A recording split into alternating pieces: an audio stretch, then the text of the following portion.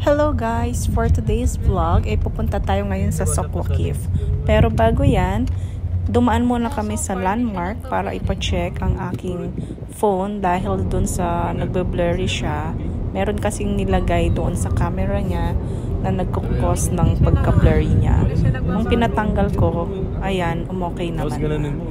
So, ngayon, pupunta tayo sa Sokwa Cave para tumingin-tingin, pumasyal, pero ang gagawin namin, pupunta kami sa may metro or sasakay kami ng metro.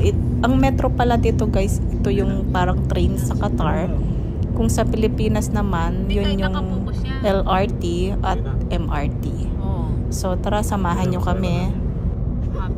At ito nga, tinatry ko pang i-zoom in, zoom out. Tinitingnan ko kung magbe-blurry pa siya. So far, okay naman na siya. So, ayun lang.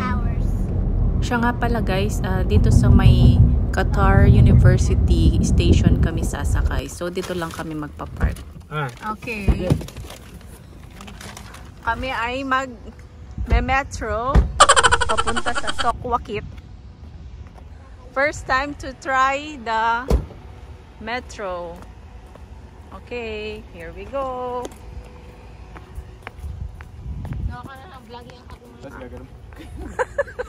May alam mo ba yung camera ko nasa iyo?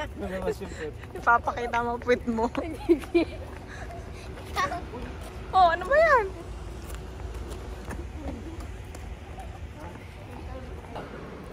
Oh, ito nga guys, nasa loob na tayo at bumibili na ng ticket. So, yung ticket pala dito, yung single use is parang ano siya, good for 24 hours. So, kunwari, bumili ka ng isa, tapos magagamit mo pa siya ng ilang beses, basta within 24 hours bago siya mag-e-expire. Basta may time limit siya. Kunwari, binili mo ngayon ng 2 o'clock PM, so bukas ng 2 o'clock PM pa siya,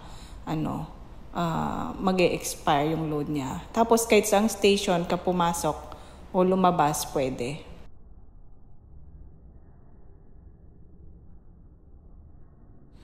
Ayun guys, so syempre habang nag-aantay tayo, tingin-tingin muna tayo dito.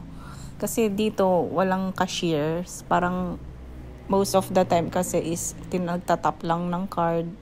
Yan, yung parang self-service na lang.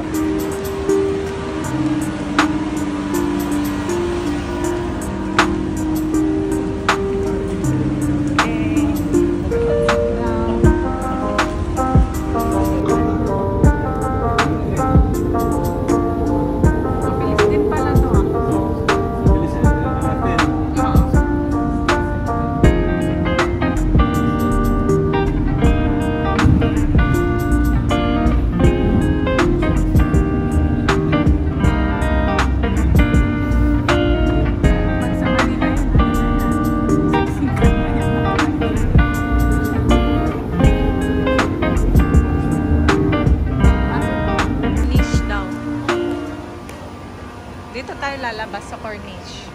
Ano itong Corniche? I don't know.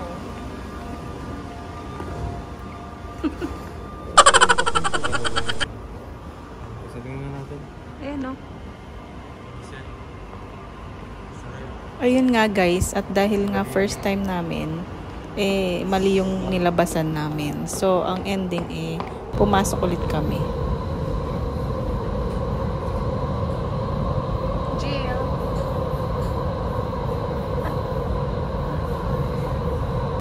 So, ayun na guys, sa wakas, malapit na kaming mag-exit sa aming destination.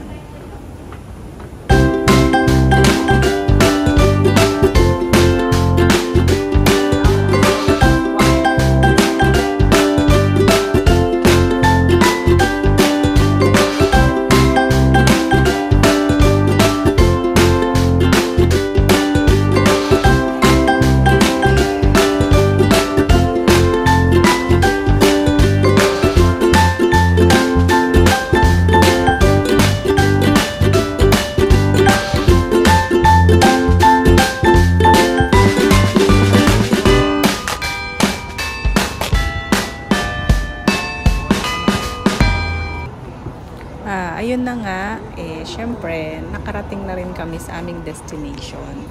At dito nga pala guys, sa may Sok Waqif, para siyang ito yung old na parang bilihan na ganun. Tapos dito yung parang mas mura na pinupuntahan ng mga tao. Tapos yung maraming kainan, ganyan. Tapos mga bilihan ng souvenir. Tapos mga damit. Meron ding, actually marami ding dito yung mga shops na magkakatabi na bilihan ng mga gold. Kasi alam naman natin, di ba, dito sa Middle East, known sila sa mas murang gold na mga paninda, ganyan. So dito din mabibili yun sa may Sok. Yan guys, yan yung mga products nila, tapos mga souvenirs, mga ganyan. 10 real po yung ref magnet, ganyan. Tapos yon yung anak ko, syempre nagpapabili siya ng Ronaldo sana na t-shirt kasi favorite niya yung football, kaya lang naubusan. Care, anong bibilin mo? Sa iba, baka meron. I don't want Messi, bro. Ganun ka sa Ronaldo. So, ayun na nga guys, napagod na daw kakalakad tong mga bata, kaya umupo muna kami at magpapalamig muna kami.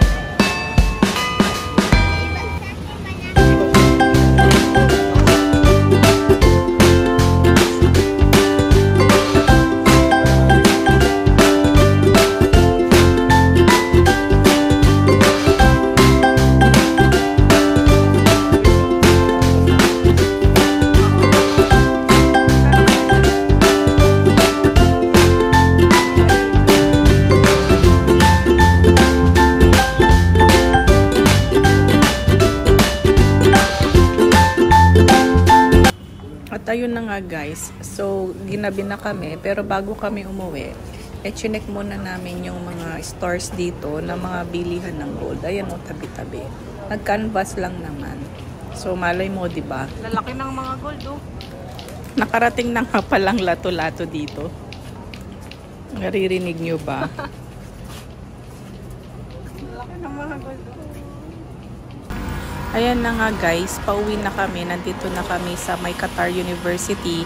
Hindi ko na binlog kanina yung kung paano kami umuwi kasi pagod na rin kami, tsaka gabi na.